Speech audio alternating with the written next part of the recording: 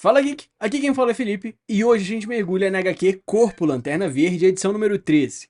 E se você curte esse tipo de conteúdo, apoiar o canal com a sua inscrição e aquele like já ajuda demais. Agora, se quiser ver os vídeos assim que são postados, antes de todo mundo, é só se tornar membro Geek do canal por apenas R$ 3,99. É baratinho e faz uma diferença gigantesca para me ajudar e manter o canal vivo. Em Capital City, em Oa, os Lanternas Verdes enfrentam Enquar, uma massa aquática consciente que invade a cidade e ataca todos ao mesmo tempo. Quando Jon Stewart deixou Enquar escapar, ele queria apenas que a tropa pagasse pelo que tiraram dele e ignorou a segunda chance oferecida. Mas agora tudo saiu do controle, porque sua retaliação foi rápida e cumpriu exatamente o que prometeu. Aproveitando o caos e as divisões internas, Enquar surpreende os Lanternas enquanto eles ainda discutiam entre si. Enquar não quer matar os Lanternas. O objetivo dele não é extermínio, mas desesperança. Fazer os Lanternas sentirem que nada do que façam impedirá o mundo deles de desmoronar. Ele quer que experimentem a mesma impotência que ele mesmo sentiu. Sob a chuva e cercados pela água viva, os lanternas continuam sendo pressionados enquanto Jon revela que Enquar considera o resto do plano um presente. Ira surge no campo de batalha. Jon reage surpreso ao vê-la ali, mas antes que consigam se alinhar, a água o atinge com violência. Ira revela que Enquar lhe deu uma chance de acabar com sua dor, mostrando que aceitou um acordo, e Jon, preso sob a água, percebe o conflito nos olhos dela e tenta convencê-la a parar. Enquar então intervém diretamente, sufocando Jon em seu interior.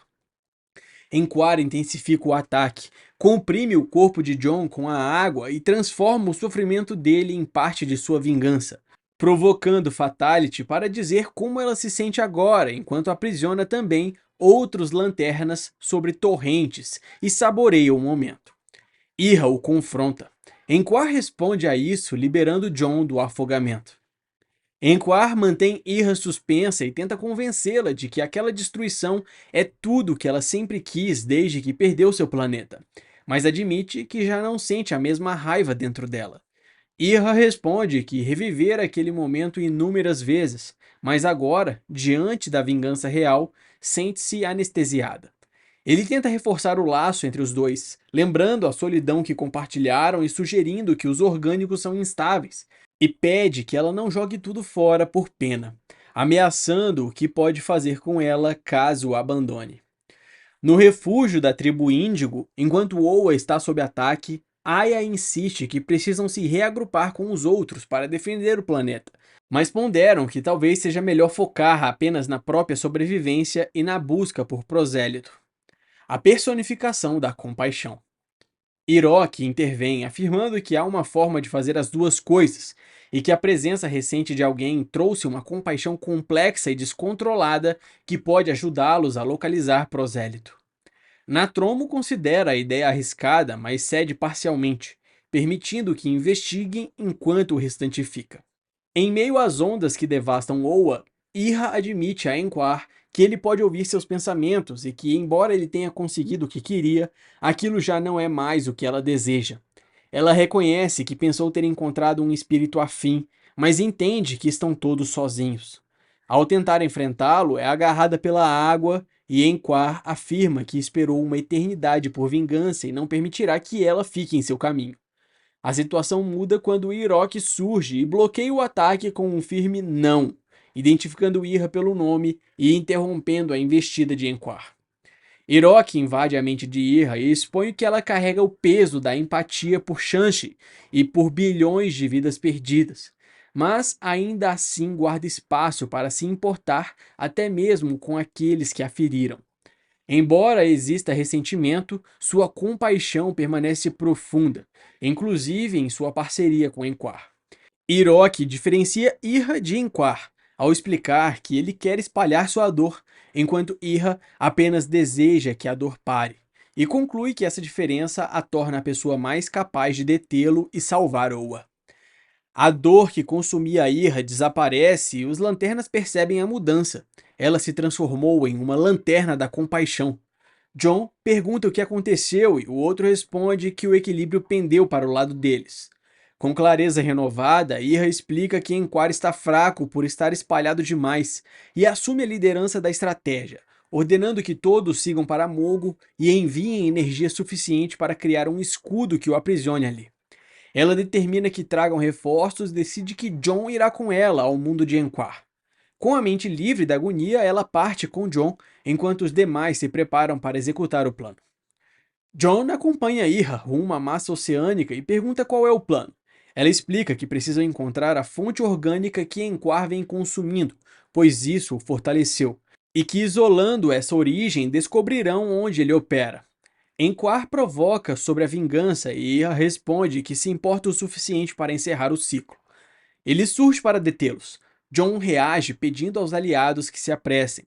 Em Mogo, os lanternas se posicionam ao redor de um vulcão e canalizam energia diretamente da fonte do planeta para amplificar seus anéis, garantindo a Mogo que não permitirão que nada lhe aconteça.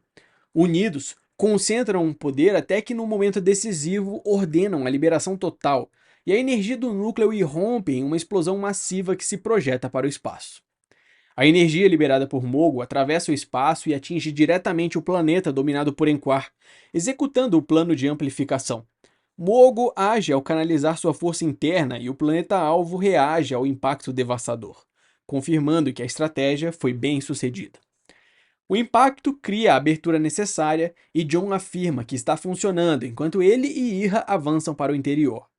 Enquar reage com desprezo, afirmando que dois orgânicos não podem enfrentá-lo e prometendo retornar a Oa para destruir o restante. John revela que isolou toda a matéria orgânica no núcleo, concentrando a essência de Enquar em um único ponto. No núcleo, John cria um tubarão de energia para enfrentar as criaturas, enquanto Enquar acusa Ira de traição e generaliza sobre os orgânicos. John responde com ataques precisos e anuncia que estão quase na crosta, onde o terreno favorecerá a ofensiva.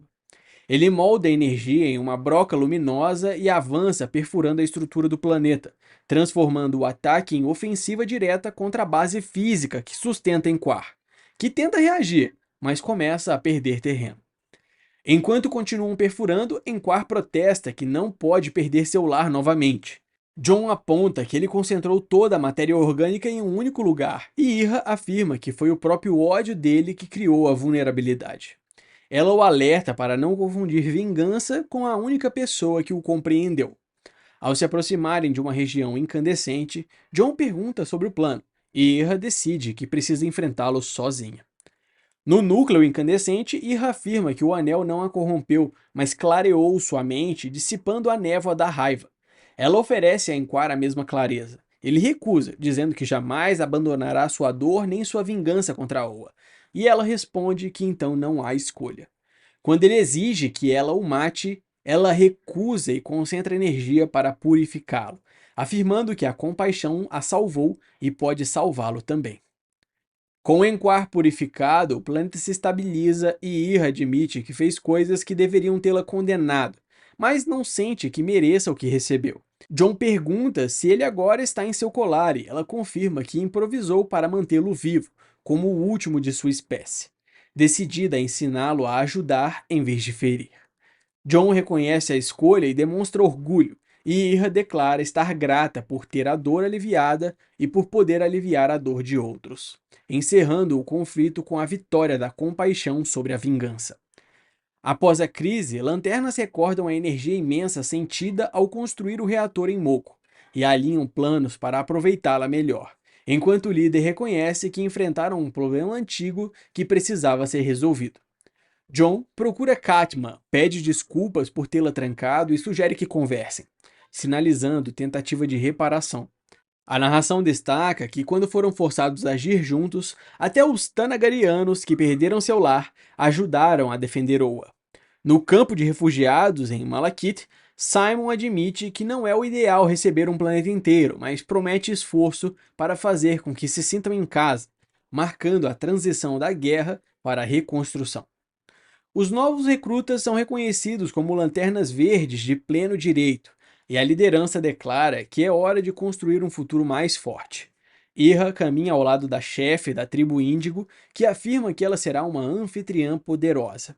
A narração alerta que algo está por vir após o torneio do Coração de Apocalipse e que precisam estar prontos como frente unificada. Em seguida, Guy Gardner desperta em seus aposentos, reclama do descanso interrompido e ouve que recebeu uma visão mais profunda, reagindo sarcasticamente antes de perceber uma nova responsabilidade que foi imposta a ele. Guy acorda cercado pelas entidades emocionais, agora manifestadas como versões infantis, que exigem ação imediata e o instruem a usar a visão para encontrá-las antes que sejam exploradas, afirmando que o tempo está se esgotando. Atordoado, ele reage irritado, questionando por que elas são bebês e demonstrando não compreender a transformação nem a responsabilidade colocada sobre ele. Essa foi uma pincelada da história da HQ Corpo Lanterna Verde, edição número 13. Eu espero que você tenha gostado, não esquece de deixar o seu like e se inscrever no canal para acompanhar de perto mais histórias como essa. Valeu!